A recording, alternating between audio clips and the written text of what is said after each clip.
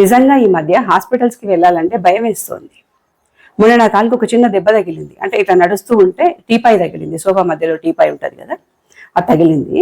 ఆ చిన్న టీపాయ్ తగిలిన దానికి కిమ్స్ సన్షైన్ హాస్పిటల్కి ఏదో పని మీద వెళ్ళాము. సరే ఇక్కడి వరకు వెళ్ళాము కదా అనేసి అది చూపించుకుందామని వెళ్ళా. వెంటనే ఆవిడ ఎక్స్రే రాశారు. ఎక్స్రే తీయించుకున్న తర్వాత ఎక్స్రేలో ఏం లేదని చెప్పి రిపోర్ట్ వచ్చింది. జస్ట్ ఒక పెయిన్ కిల్లర్ ఇస్తే అయిపోతుంది. దానికి ఆవిడ 5000 మెడిసిన్ రాసింది. 5700 చేంజ్ మెడిసిన్ రాసింది.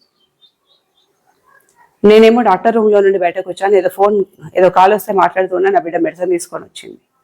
తీరా వెళ్ళి రిటర్న్ ఇస్తే మెడిసిన్ రిటర్న్ తీసుకోరట. అసలు నాకు తగిలిన దెబ్బకి ఆవిడ రాసిన మెడిసిన్కి సంబంధమే లేదు. తస్మాత్ జాగ్రత్త.